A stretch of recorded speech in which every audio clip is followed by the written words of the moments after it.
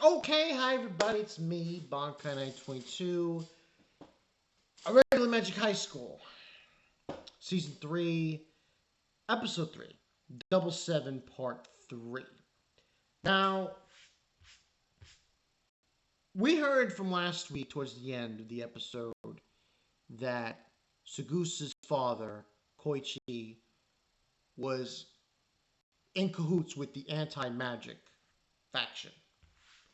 Now, what we find out also from last week's episode towards the end is there's this diet member of the government who is for anti-magic and is visiting the school. So they make a thermonuclear fusion reactor with basically one of the three puzzles of weight magic. And basically what they're attempting to do is show this douche nozzle that there is nothing in the school to suggest that students are being yanked to be part of the military.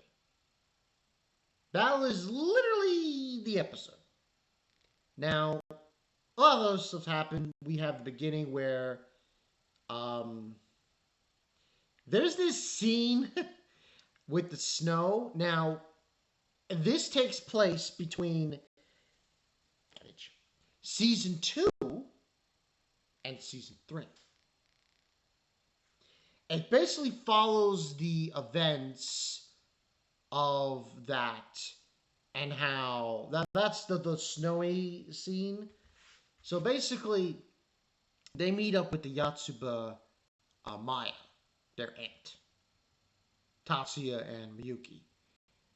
And a few words are exchanged, but the meat of the conversation is with Tatsuya and his aunt. The aunt wants him to leave the academy and be confined into their house. He refuses. She shoots magic at him, and he shrugs it off. The Miyuki conversation isn't really... I forgot what it really was about.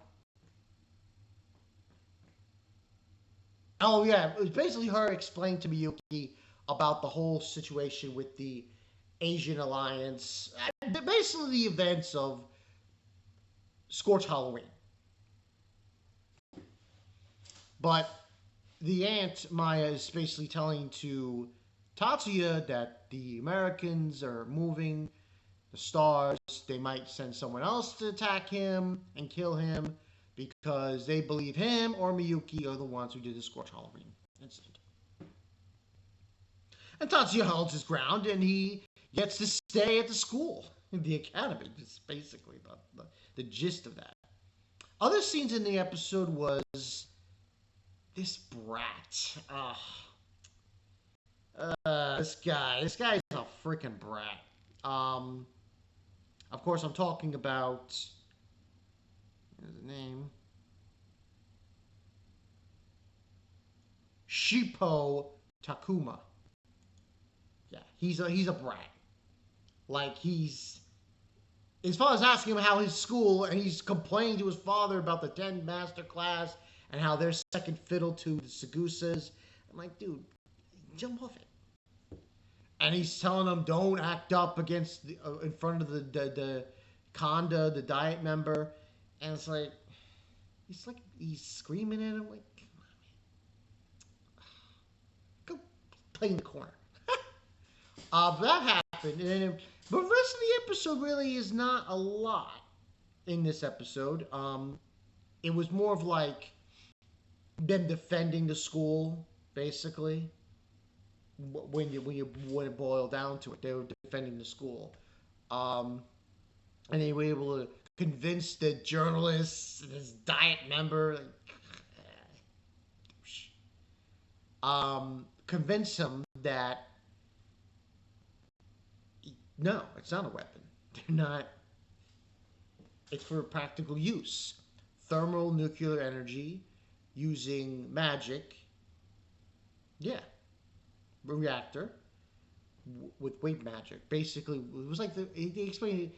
This was very complicated, very technical, and scientific. So bear with me. But basically, it's a way to create that kind of energy, and they are able to successfully um, create this energy, which was like helium and a bunch of other elements in the it's like a sphere.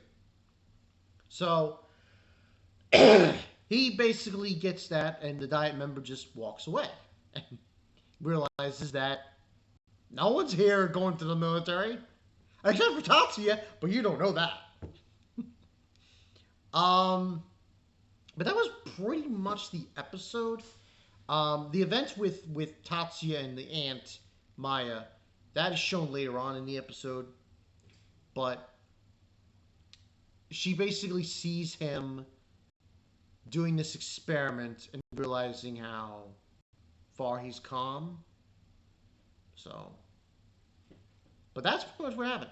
Overall, not a lot. I do like the fact that they're showing progression because, as we all know, based on the whole thing with this show, the relationship between Tatsuya and Miyuki. Oh, also, there is a scene with Angelica, the one from season 2, who's from America. She says happy birthday to him. And we get a very... I'm not going to say it's uncomfortable. Miyuki comes out dressed very nicely with jewelry, and she's got champagne glasses in her hands. Their relationship isn't what people think. This is my personal opinion. It's more of she really loves him, but not in that way. That's the way I see it, because they it basically pull off as a joke. That's what it is. It's a joke. It's been pushed in as a joke from season 1 to season 2, and now here we are. But nothing really goes that far with Tatsuya and Miyuki. There's never a, even though she gets upset when he's with some women, talking to them, gets badmouthed. He never goes the extra mile. But yeah, it was his birthday and they celebrated and so on and so forth. But overall, the episode was more character driven, and like I said, I liked the scene with his aunt and him because it showed where he's going, his development, and everything in between. I thought it was an interesting take on it. But yeah, that was pretty much the episode. Rating wise, even though this was really good character wise, I give this an 8.5 out of 10. Actually, you know what? I'm gonna give it a 9. Yeah, 9 out of 10. Because there was intent, there was tension there, the conversation with his aunt and him, and I really enjoyed seeing that in this episode. So, pretty good. But yeah, so next week I guess we'll get some action, hopefully. But it's gonna get slow moving here and there. But I'm obviously banking on the fact that this guy, who was just a side character in season 1, not even season 2. He wasn't involved in season 2. He was a side character in season 1. Towards the end of season 1, is going to have a bigger role, and he's going to be the antagonist. So, look forward to that. It's been Bankai 22. I'll see you guys later. Tomorrow night, I'm going to do Kaiju 8. Look forward to that. I'll see you guys later.